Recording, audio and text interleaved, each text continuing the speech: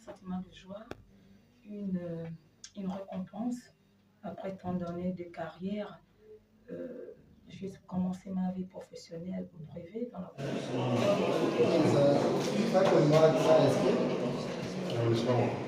au Journal Le Front au Canada et à la radio CKUM également. Et quelques années après, je rentre dans mon pays, le Gabon, et je commence au ministère de la Communication. Donc, lorsqu'on voit toutes ces années passées au ministère de la Communication, je ne peux qu'être ravie et contente et être fière de mon parcours professionnel. J'ai beaucoup fait de l'administration. Vous savez, j'ai passé 3 ans comme DGA du ministère de la Communication en qualité de directeur général adjoint. Et depuis 2018, comme je l'ai dit à nos jours, j'ai occupé le poste de directeur général de la communication. J'étais également chef de service. Et en tant que responsable de communication, je travaille beaucoup avec les entités sous tutelle, ce qui concerne le fonctionnement, le budget donné par la subvention donnée par l'État. Et donc, c'est des entités que je connais déjà un peu comment ça fonctionne. Donc, je tiens à remercier le chef de l'État et toutes les autorités qui ont vraiment tenu à ce que je sois la nouvelle ADG de cette grande maison que nous appelons l'Agence gabonaise de presse. Donc, pour vous dire que je ne peux qu'être contente et dire merci de cette récompense après tant d'années. Il était temps que je passe à autre chose. J'ai beaucoup fait de l'administration centrale. Et je sais que l'administration continue, je la fais toujours. Et là, je suis dans une entité, donc c'est l'administration, mais ça touche un peu vers le privé. C'est un autre monde que je vais découvrir. Et c'est un nouveau challenge pour moi, comme je le disais. Voilà. C'est d'abord faire l'état de lieu de tous les services. Déjà, au niveau du ministère, on était déjà en train de, vous savez, l'ancien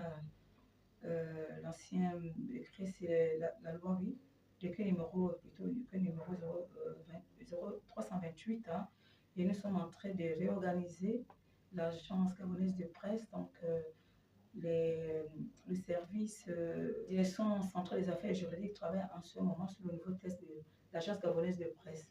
Il faut que les choses bougent. Je pense qu'on va désormais avoir un adjoint.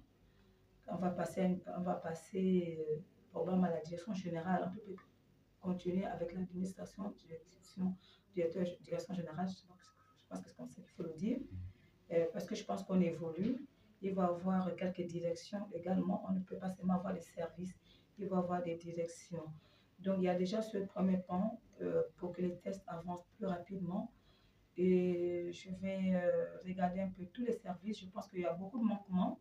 Avant d'être ici, j'ai quand même pris la peine de voir un peu ce qui se passe, améliorer les conditions de travail de nos collaborateurs. Il y a rien de plus beau lorsque les agents travaillent dans de bonnes conditions.